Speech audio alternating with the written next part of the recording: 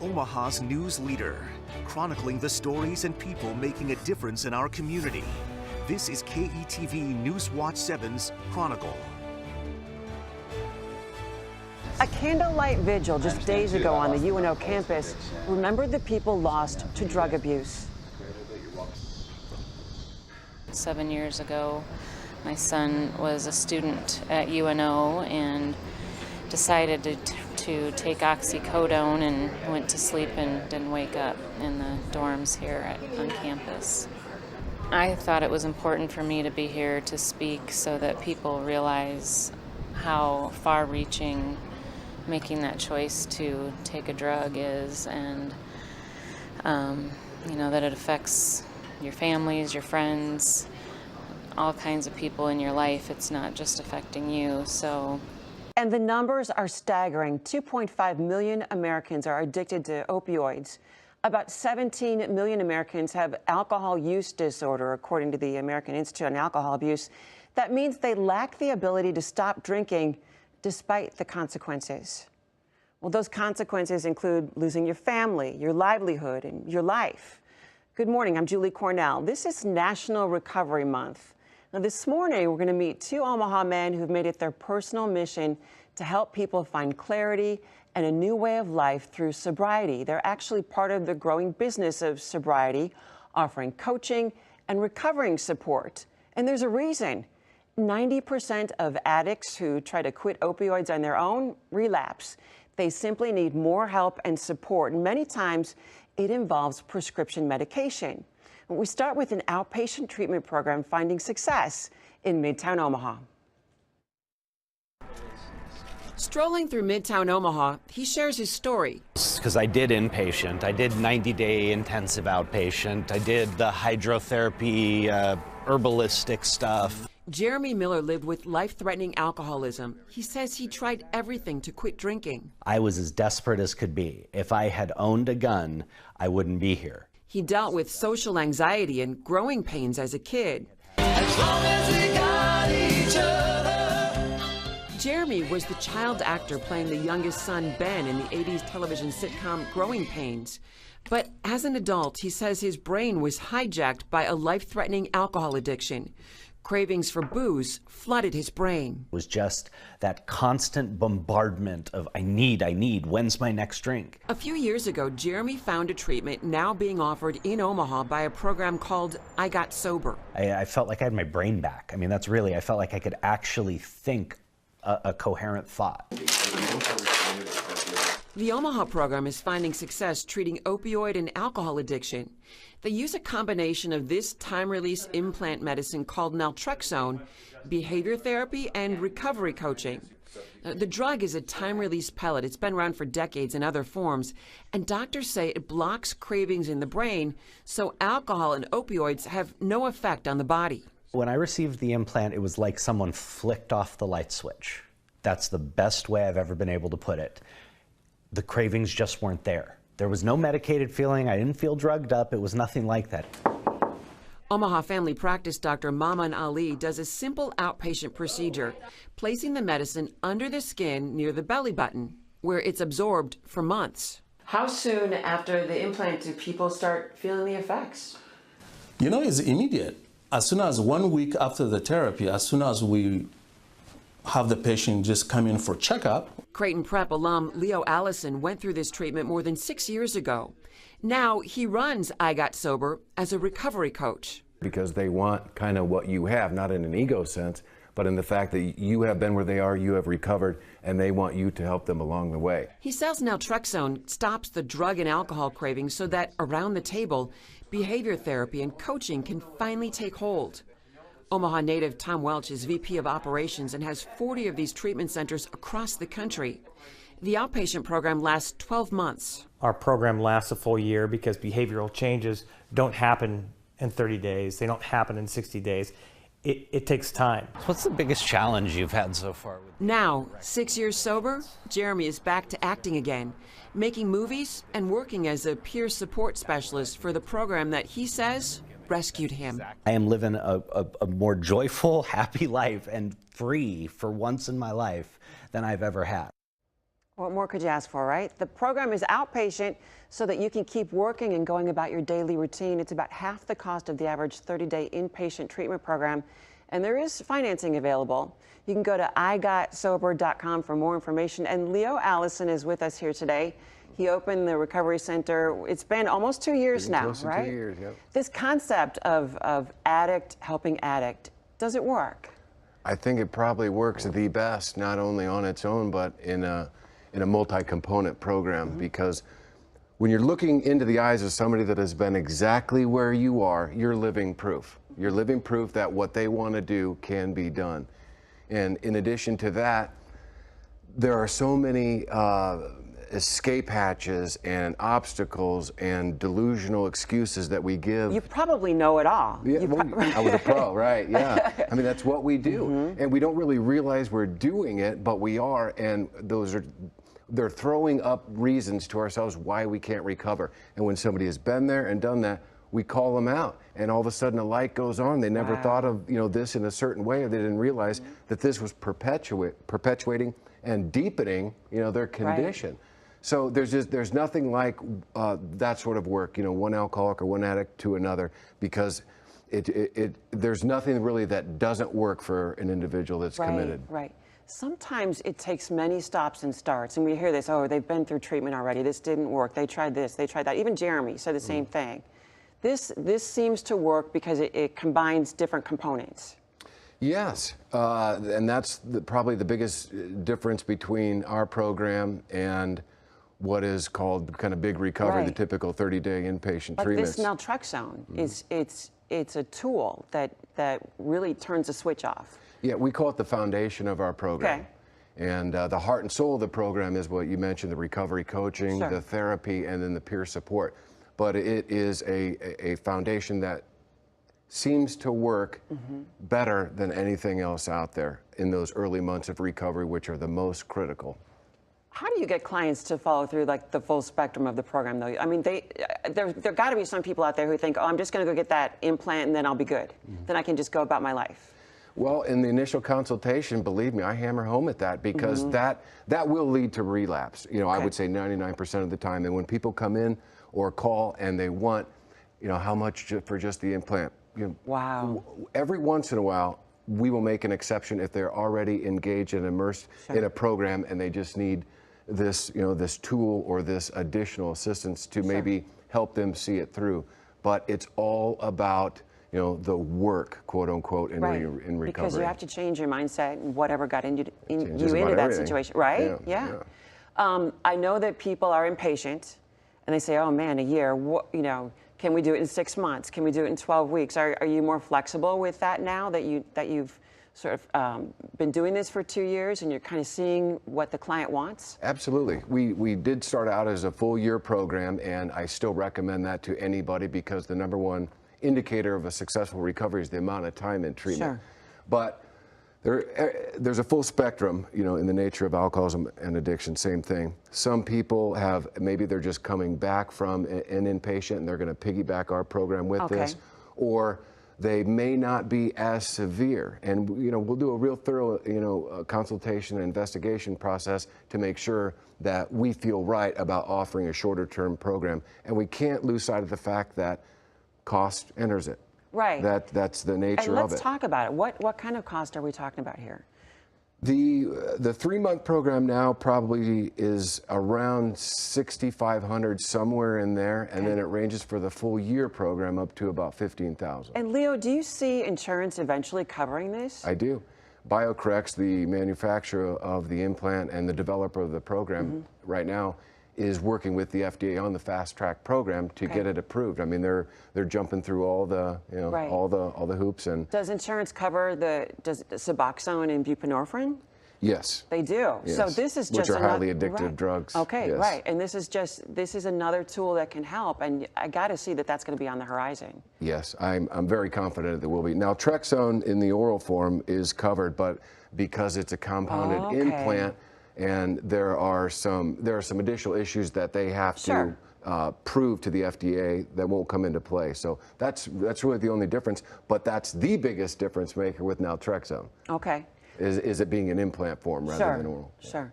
How does someone know, and we only have a little bit of time left here, but how does someone know that they're ready for treatment?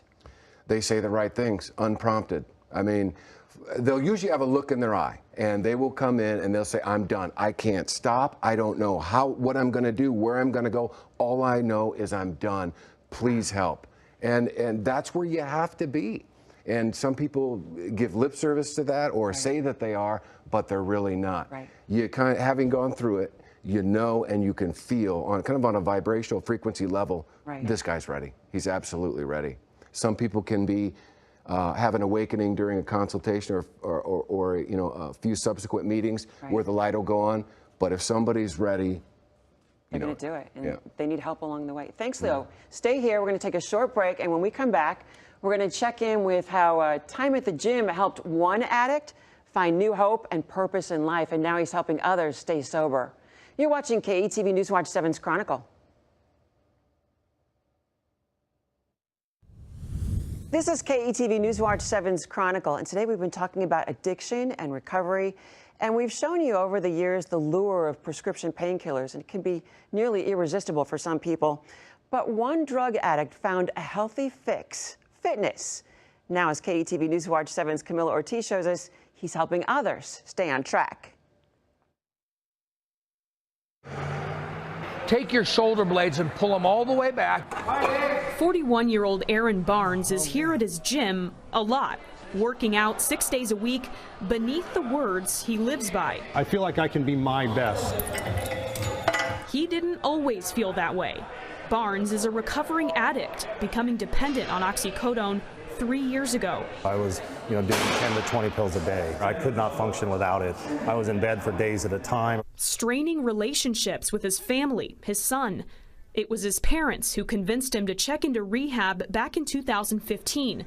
And Barnes says he found his purpose within those 60 days. I had an amazing support system. I had my family waiting for me, my gym family. I had a lot of support when I get home, but unfortunately, a lot of people that come out of rehab, they don't have that support system waiting for them. That's why Barnes started his sober coaching business, offering recovery services to addicts both before and after detox. Sometimes we forget just how to live, how to just do day-to-day functions. And after figuring that out for himself, Barnes went a little further, pouring the rest of his heart into fitness. It surrounds you in a positive, healthy environment. Everyone here is, they care about their health, their physique, they're upbeat, they're pushing themselves. A living before and after that started with asking for help. Please just have the courage to ask for help. There is life after addiction. And it takes a lot of courage to ask for help. Aaron's life after addiction is his sober coaching recovery business. And Aaron joins us now along with Leo Allison, co-founder of I Got Sober.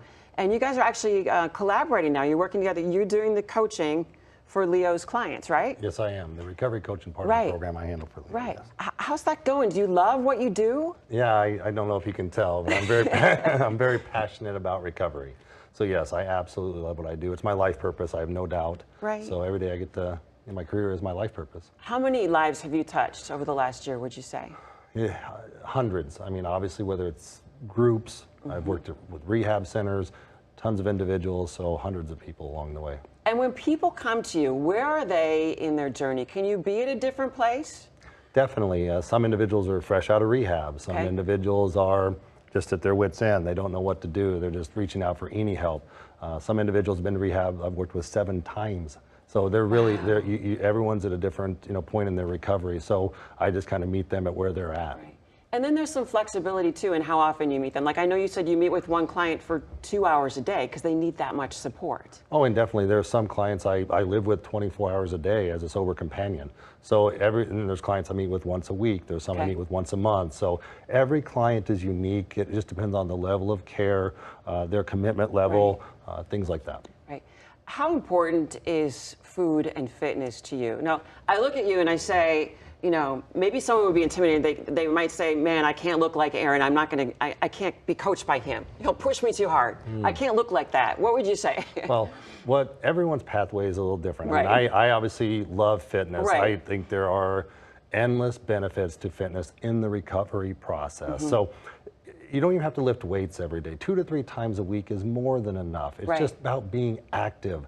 I look forward to, I thrive in routines in my recovery. So every day I go at the same time and I work out. I look forward to that in my day. And then when I leave there, I feel good. I've been motivated by others in the gym, and I have a feeling of self-pride that, you know, I set out for a goal and I accomplished it. Leo, would you say that self-care is super important in this recovery journey? It's as primary as anything. Right, right.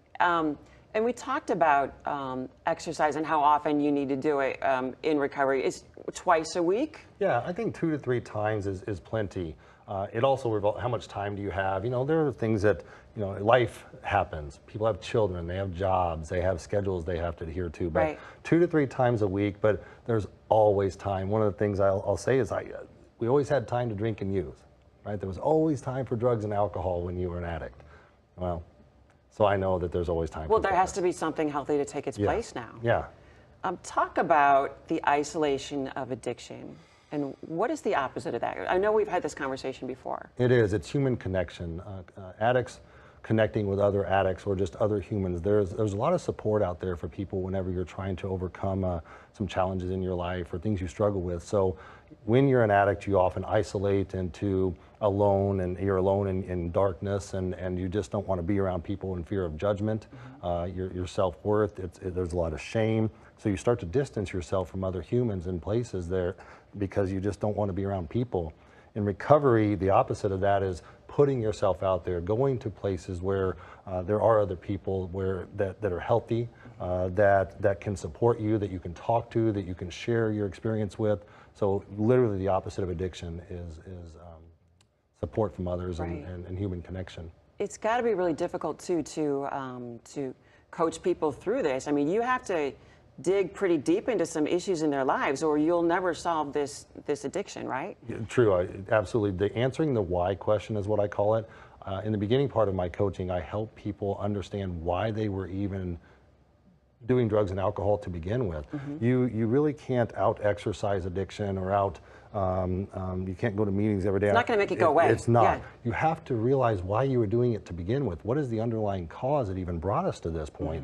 Once we uncover the why were they doing it? Why were they trying to escape by using drugs and alcohol? Then we're able to maybe change our perspective about that why. Maybe what you thought about the reason you were trying to escape might not be true, or maybe if you look at it differently or something like that, then the second part of that is to create a healthy, active lifestyle where your sobriety can thrive. How do you know when someone is ready to sort of graduate from coaching? Yeah, you like Leo kind of touched on it, you really can tell. They start to say certain things and certain actions have been put in place where you can say, yep, that sounds like recovery.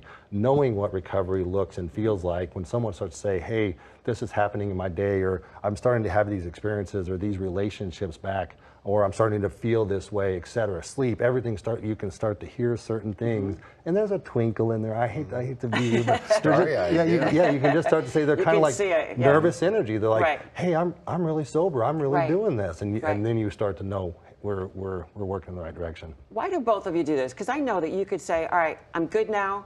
I have my life back. I can just go on. I don't have to, I don't have to help anybody. This could just be about me. Why have you made it about others? I always want to help people come to the other side of the veil. I know how good sober life is, and so I'm always constantly pushing myself to hopefully inspire others to do the same. I think I'm a lead by example kind of coach where I say, hey, if I can do it, so can you, and I will never ask you to do anything that I'm not willing to do either. I also like to share experiences that I see with people, various clients I work with. I'll see something working for them, or maybe a new practice that they put in their life, and then I'm able to share that anonymously with other Sure. clients and say, hey, this is working for them. And they may have a similar background, or they may come from a similar upbringing, or they may have similar views or beliefs. And I go, hey, this, you know, or sometimes I even connect my clients if they're open to that. Sure. If they'll say, hey, I'm okay with doing that. I've actually connected clients, and it has been extremely helpful, because then they're able to connect on a deeper level that I may Right. not understand. It may might have be been a sort of a mentoring relationship absolutely addicts helping addicts. then, yeah. Right. Leo, why do you do it? I can't not do it. Really, it's as simple as that. I mean, there's the decision was in a way made for me. I mean, you just know. So I can't not do it. What would you say to someone who's it's on their list. It's on their list. September's the new January. I got to do something about this. Yeah. How would you encourage them to reach out? When you're ready to get help, you will. Everyone reaches a point where they call it the bottom, but everyone has a different version of their bottom. When you're ready to get help, ask for help. There are resources out there. There are programs out there like I Got Sober. There are people out there that truly have dedicated their life to helping other addicts break the cycle of addiction. Right. So there is help. You just have to have the courage to ask for it. Is coaching covered by insurance at all? What kind of fees are we talking about for that? Currently, it is not. Okay. However, I have heard some rumblings that there are some insurance companies that are definitely taking a look at peer support and recovery coaching. Good. Because it's quickly becoming well-known fact that it is an effective form of treatment. Addicts helping addicts, like I said, they're saying, hey, there's something here. There's more and more case studies are coming out, and more measurables are coming out that says this is really an effective way to help addicts break the cycle of addiction. Very good. Thank you both for joining us. Thank you. I'm so glad to have met you and share news about your programs. Thanks for having us. Thank you so much. Absolutely.